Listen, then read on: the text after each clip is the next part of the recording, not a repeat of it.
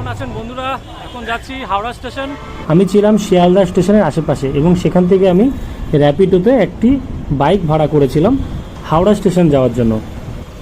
Howrah station এটি ভারতের প্রাচীনতম, বৃহত্তর এবং ব্যস্ততম রেলওয়ে কমপ্লেক্সের পাশাপাশি বিশ্বের অন্যতম ব্যস্ততম এবং বৃহত্তর ট্রেন স্টেশন। 1954 সালে এই স্টেশনটি চালু হয়েছিল এবং এই স্টেশনের আগে নাম ছিল ইস্ট ইন্ডিয়া রেলওয়ে কোম্পানি। তো গল্প করতে করতে পৌঁছে গেলাম হাওড়া স্টেশনে র্যাপিডোর মাধ্যমে। শিয়ালদা থেকে হাওড়া স্টেশন র্যাপিডো নিল 60 টাকা, 60 রুপিস। আমি স্টেশনের দিকে ঢুকে পড়লাম এবং ঢুকে আমাকে আরপিএফ বলল যে আপনার যে ব্যাগটি রয়েছে সেই ব্যাগটি মেশিনের মধ্যে স্ক্যান হবে, তো ব্যাগটি মেশিনের মধ্যে ঢুকিয়ে দিন। তো সেখানে বলল ভিডিও করা যাবে না, তো আমি ভিডিওটা সেটা করতে পারিনি। তো স্ক্যান করে ব্যাগটিকে চেক করিয়ে আমি প্ল্যাটফর্মের দিকে এগোতে থাকি। যেহেতু হাওড়া স্টেশন অনেক ব্যস্ততম রেলওয়ে স্টেশন, তার জন্য এখানে কিন্তু কড়াকড়ি সুরক্ষা ব্যবস্থা রয়েছে। 11 নম্বর প্ল্যাটফর্মে শতাব্দী এক্সপ্রেস ছাড়বে, তো 11 নম্বর প্ল্যাটফর্মে যাব এখন। আমি চলে গেলাম 11 নম্বর প্ল্যাটফর্মের দিকে এবং সেখানে গিয়ে দেখলাম একটি ট্রেন দাঁড়িয়েছিল।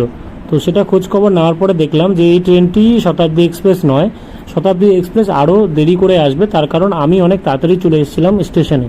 তো স্টেশনে অনেকক্ষণ দাঁড়ানোর পরে দেখলাম এক ট্রেন আসছে এবং আরেকটি ট্রেন চলে যাচ্ছে, তার মধ্যেখানে বসেছিলাম। তো ট্রেন এখনো আসেনি, 2:25 ট্রেন আমাদের,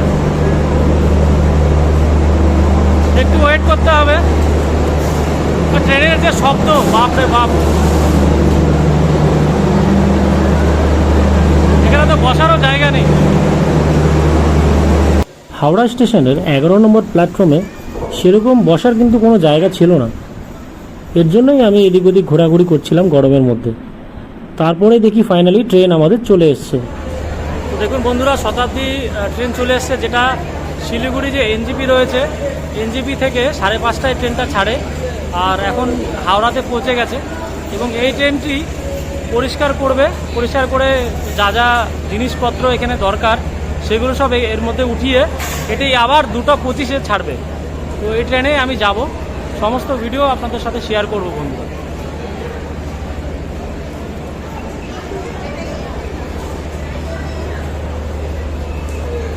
ট্রেন তো এসে গেছে, আমি আপনাদের দেখালাম। তো আমার যে সিট নম্বর রয়েছে সেটা হচ্ছে C415। তো এভাবে সিট নম্বরগুলো খুঁজে বের করতে হবে, তারপরে বসে যেতে হবে ট্রেনে। 2:25 ট্রেন, তো এখন বাজে হচ্ছে 2টো, তো বসে যেতে হবে। এবং সিট যে এই যে বগিগুলো যে আছে এখানে, সেখানে খুব সুন্দরভাবে স্টেশনের মধ্যে আপনারা দেখতে পারবেন। দাঁড়ান, আমি আপনাকে ক্যামেরাটা ঘুরিয়ে দেখে C5 লেখা রয়েছে, ঠিক আছে? C5, আমার কিন্তু C4। তো আমাকে এই আরেকটা বগি ক্রস করতে হবে। এই যে C5 আপনি দেখতে পাচ্ছেন, এটি কিন্তু খুব সুবিধা করেছে। এবং ট্রেনে তো লেখা থাকে, ট্রেনের গায়ে তো লেখা থাকে, কিন্তু প্ল্যাটফর্মে এভাবে থাকে, তাতে সুবিধা হয়।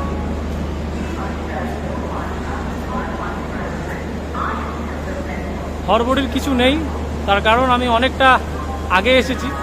এই দেখুন C4 দেখাচ্ছে, তার মানে আমার বগিটি যেটি রয়েছে C4, সেটি এই বগিটি। তো আর দেরি না করে C5 কোচে উঠে পড়লাম। উঠে গিয়ে আমার সেখানে 15 নম্বরের সিট নাম্বার ছিল উইন্ডোর সামনে, এবং সেখানে খুব ভালো লাগছিল। তার কারণ বাইরে প্ল্যাটফর্মে এত গরম, সেই গরম থেকে রেহাই পেলাম আমি ফাইনালি।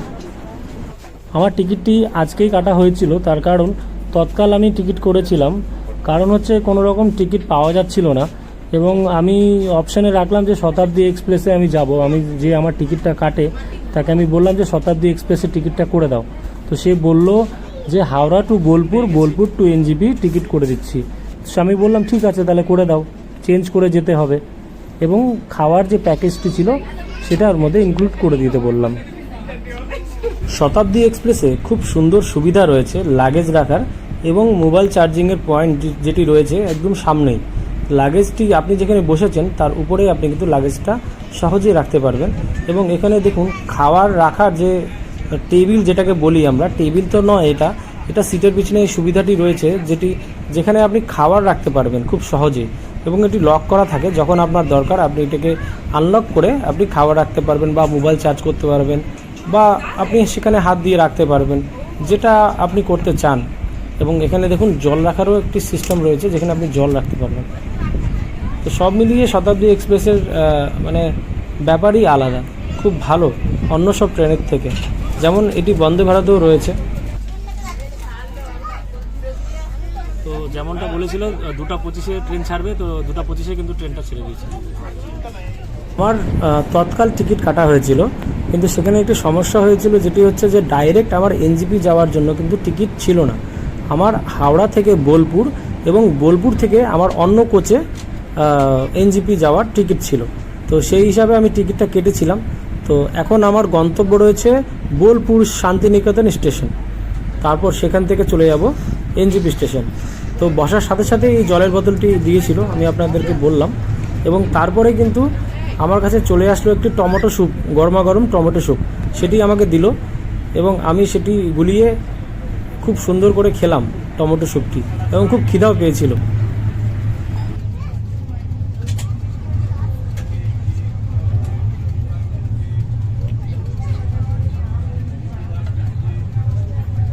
তো স্যুপটা খেলাম। স্যুপ খাওয়ার পরে দেখলাম আইআরসিটিসির একজন এসছেন, যিনি হকারের মতো চিপস এবং স্ন্যাক্স জাতীয় জিনিস খাবার বিক্রি করছিল। তার মাঝে দেখতে পেলাম টিটিকে। এখনকার টিটি সব ডিজিটাল টিটি, তার কারণ তিনি ট্যাব নিয়ে ঘুরছিলেন এবং সব সিটে সিটে যারা যারা টিকিট কেটেছিলেন তাদের নাম ধরে ধরে বলছিলেন, এবং যারা উপস্থিত ছিলেন তাদের ওখানে টিকমার্ক করে দেওয়া হচ্ছিল। খুব অ্যাডভান্স কিন্তু এখনকার টিটি। তো যাই হোক, তারপরে চলে গেলাম বাথরুমের দিকে। বাথরুমে কি অবস্থা রয়েছে, কেমন 10-এর মধ্যে কত পয়েন্ট দেওয়া যাবে, সেটাই আপনাদেরকে দেখাবো। এই কোচে কিন্তু দু ধরনের টয়লেট ছিল, একটি ইন্ডিয়ান এবং একটি ইংলিশ। তো আমি ইংলিশ টয়লেটে গেলাম। এখানে টয়লেটটি দেখে যা বুঝলাম যে সব কিছু অ্যাভেলেবেল রয়েছে, ঠিকঠাকই রয়েছে, মোটামুটি 10-এর মধ্যে 6 পয়েন্ট দেওয়াই যায়। তারপর আমি আবার গিয়ে বসে পড়লাম নিজের সিটে, এবং কিছুক্ষণ পরেই এই শতাব্দী এক্সপ্রেসের যে প্রথম যে স্টপেজ, মানে টোটাল রয়েছে 7টি স্টপেজ হাওড়া থেকে এনজিপি অবধি। তো প্রথম যে স্টপেজ বর্ধমান, সেখানে পৌঁছে গেছি।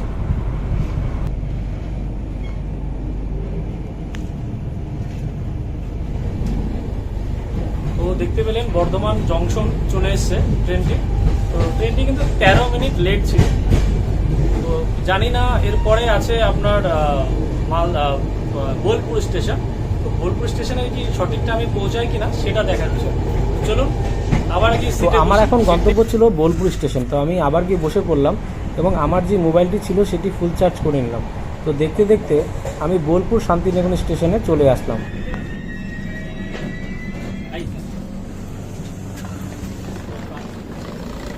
তো যেমনটা আমি আপনাদেরকে বলেছিলাম যে আমার হাওড়া থেকে বোলপুর অবধি টিকিট ছিল, তারপরে আবার বোলপুর থেকে এনজিপি। আমি যখন C5 কোচের থেকে নামলাম, আমি যখন ইভি কোচে যাব, তার আগে একটি অচেনা একজন এসে আমাকে জিজ্ঞাসা করলো যে আপনি কি ব্লগিং করেন। আমি বললাম হ্যাঁ, আমি ব্লগিং করি।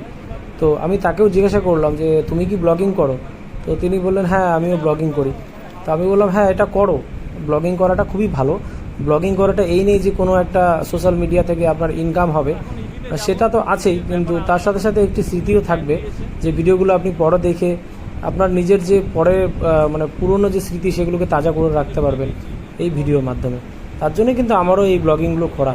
তো আর দেরি না করে আমি চলে গেলাম ইভি বগির কাছে, এবং ইভি বগি দেখে আমার বাইরে থেকে খুব ভালো লাগছিল, এবং আমি দেরি না করে উঠে পড়লাম ইভি বগিতে। এখানে লাগেজের ব্যবস্থা আগে থেকে ব্যাগ রেখে দিলাম। এখন সিটে যাব, ট্রেনও ছেড়ে দিয়েছে।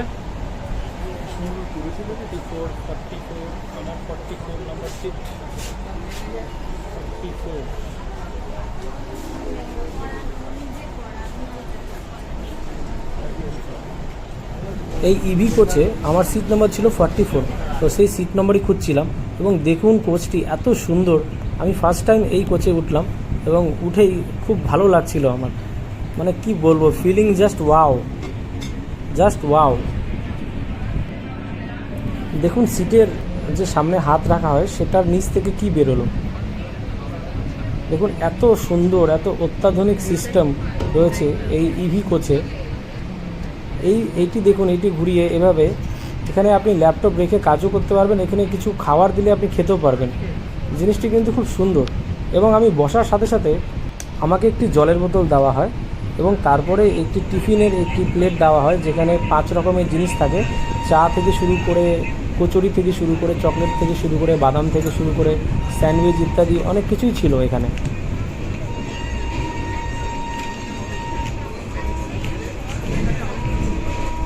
তারপর খাওয়া দাওয়া করে আমি বসে পড়লাম সিটে এবং গান শুনতে থাকলাম।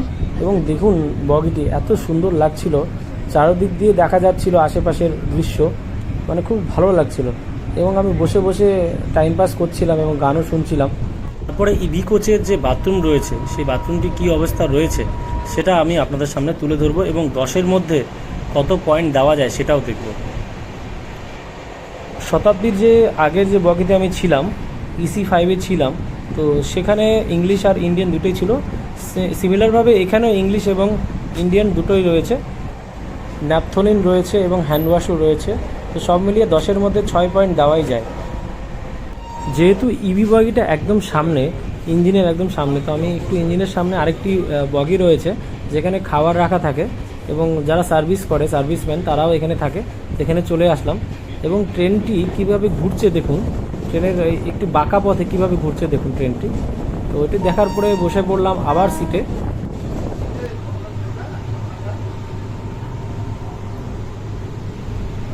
যেমনটা আপনি দেখতে পাচ্ছেন ট্রেনের ভিতর থেকে বাইরেটা এত সুন্দর লাগছে দেখতে, এবং ট্রেনের ভিতরটা তো মানে খুব সুন্দর ইন্টেরিয়র করা, দারুণ লাগছিল দেখে। তো যেমনটা আপনি দেখতে পারলেন যে শান্তিনিকেতন, বোলপুর, যে বোলপুর স্টেশন, তারপরে কিন্তু নিউ ফারাক্কা। তো একদম মানে ভুল নেই যে এই ট্রেনটি একদম টাইমেই পৌঁছায়, কোনো লেট নেই। এবং এর পরের যে স্টেশনটা সেটা হচ্ছে নিউ ফারাক্কা। তো নিউ ফারাক্কাতে দাঁড়িয়ে আমি একটু ভিডিও করে নেব।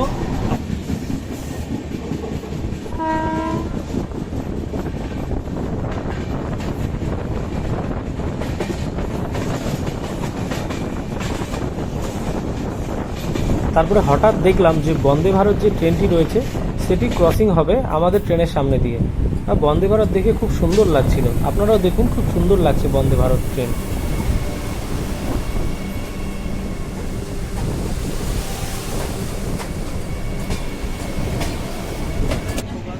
শতাব্দী এক্সপ্রেস আর কিছুক্ষণের মধ্যে নিউ ফারাক্কা জংশনে দাঁড়াবে 1 মিনিটের জন্য।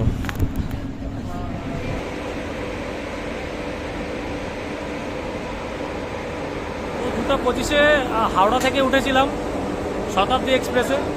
এখন বাজে 6:45, 7:45-টার দিকে নিউ ফারাক্কা জংশন, মানে এটা হচ্ছে 3য় স্টেশন। তো সন্ধ্যা হয়ে গেল আস্তে আস্তে, এরপরে রাতও হয়ে যাবে বাড়ি ফিরতে ফিরতে। পিছনে হচ্ছে নিউ ফারাক্কা জংশন। তো ট্রেন এখানে স্টপেজ 1 মিনিট। 1 মিনিটের মধ্যেই আমি ভিডিওটা করছি আর কি আপনাদের সাথে। তো সিগন্যাল দিয়ে দিয়েছে, ট্রেনে উঠে গেলাম। 1 মিনিটের মানে 1 মিনিটের জন্যই শুধু স্টেশনে দাঁড় করাবে, ওই জন্য ট্রেনে উঠে গেলাম, রিস্ক নিলাম না। আবার গিয়ে সিটে বসতে হবে এখন গিয়ে। সিটে যখন আমি বসে যাই তারপরে দেখছি যে যারা IRCTCর যারা সার্ভিস করে, মানে খাওয়ার যারা সার্ভিস করে, তারা একটা ট্রলির মতো একটা গাড়ি নিয়ে ঘুরছে ট্রেনের মধ্যে। তো আমি বুঝতে পেলাম তখনই যে কিছু ওরা খাবার নিয়ে এসছে। তো আমিও আর কি চুপচাপ বসে পড়লাম, দেখি কি খাবার দেয়।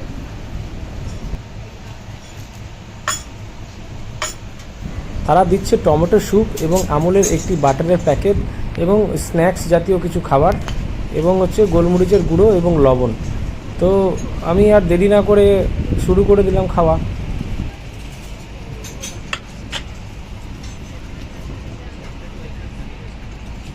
ঠান্ডা ঠান্ডা এসির হাওয়া এবং গরম গরম টমেটো স্যুপ দারুণ লাগছিল ট্রেনের ভিতরে বসে খেতে।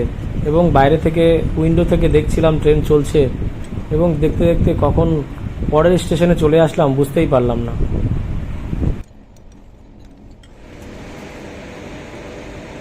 এখন বাজে 7:20, আমরা এসে পড়েছি মালদা টাউনে।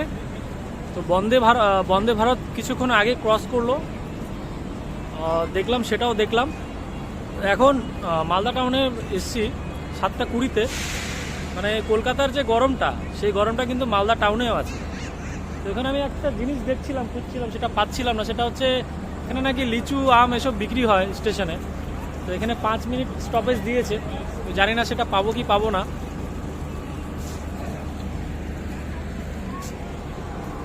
তো এই মালদাতে কিন্তু প্রচুর প্যাসেঞ্জার নামলো এবং উঠছেও প্রচুর প্যাসেঞ্জার আমাদের ভিস্টাডোম কোচে।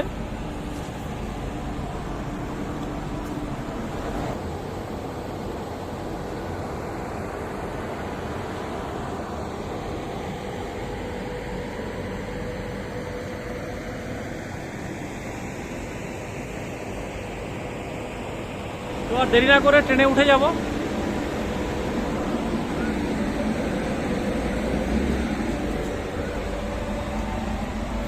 ট্রেনে ওঠার সাথে সাথে গরম গরম খাবার নিয়ে চলে আসলো সার্ভিসম্যান যারা যারা ছিল এখানে আইআরসিটিসির তরফ থেকে, তারা খাবার নিয়ে চলে আসলো এবং খুব ভালো লাগলো খাবার দেখে।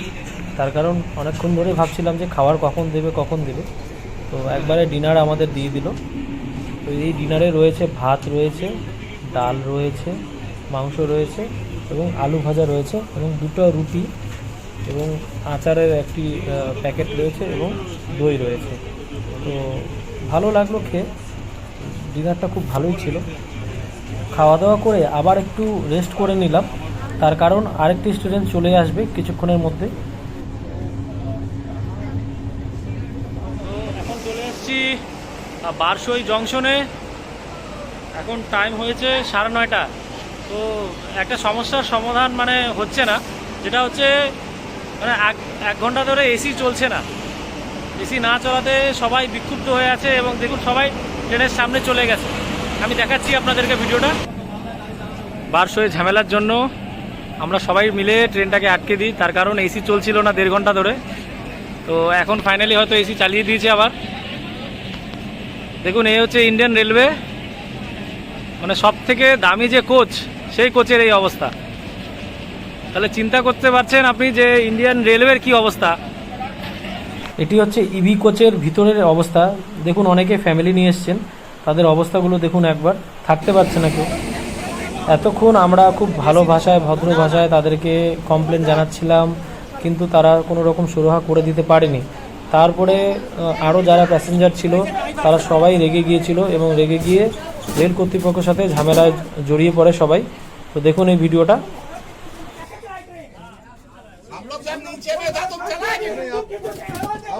দেখুন সবাই একে একে কল করছে হায়ার অথরিটিকে, রেলওয়ের, কিন্তু কোনো রকম সুরাহা হচ্ছে না।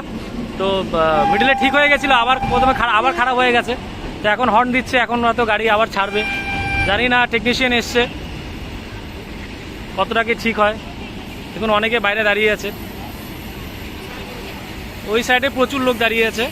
শতাব্দী এক্সপ্রেসের এই অবস্থা।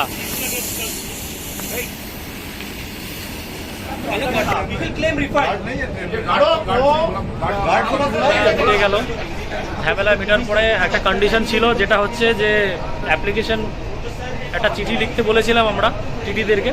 তো চিঠিটা লিখে দিয়েছিল, চিঠিটা আপনাদেরকে দেখাচ্ছি। ফাইনালি অনেক ঝামেলার পরে টিটি বলেছে যে টিটি রিটার্ন লিখে দেবে, আরপিএফরা প্রমিস করেছে আমাদেরকে। এর জন্য আমরা সবাই চুপচাপ বসে আছি এবং এসিও চালিয়ে দিয়েছে এখন। কিন্তু জানি না এখনও আমাদের মানে অনেকে ওখানে গেছে, টিটির কাছে গিয়েছে, টিটিকে বলছে যে এটা লিখে দিতে, যে এসি বন্ধ ছিল। টিটি সেটা লেখার মানে না লেখার একটা বাহানা চালাচ্ছে এবং প্রচুর আরপিএফ চলে এসছে। তো ট্রেন কিন্তু এখন রওনা দিয়ে দিয়েছে।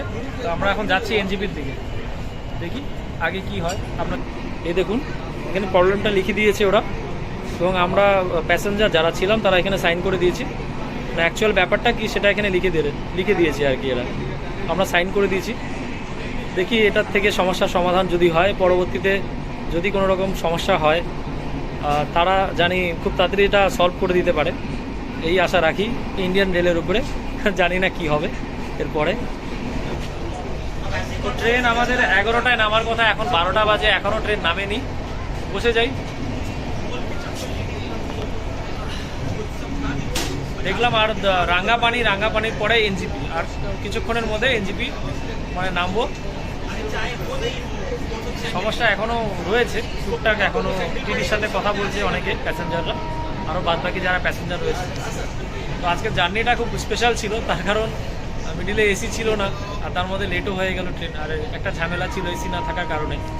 এখন সব ঠিকঠাকই চলছে, এখন স্টেশনে নামতে পারলেই আর কি বাঁচি বলতে গেলে, আবার কি না হয় বোঝা মুশকিল।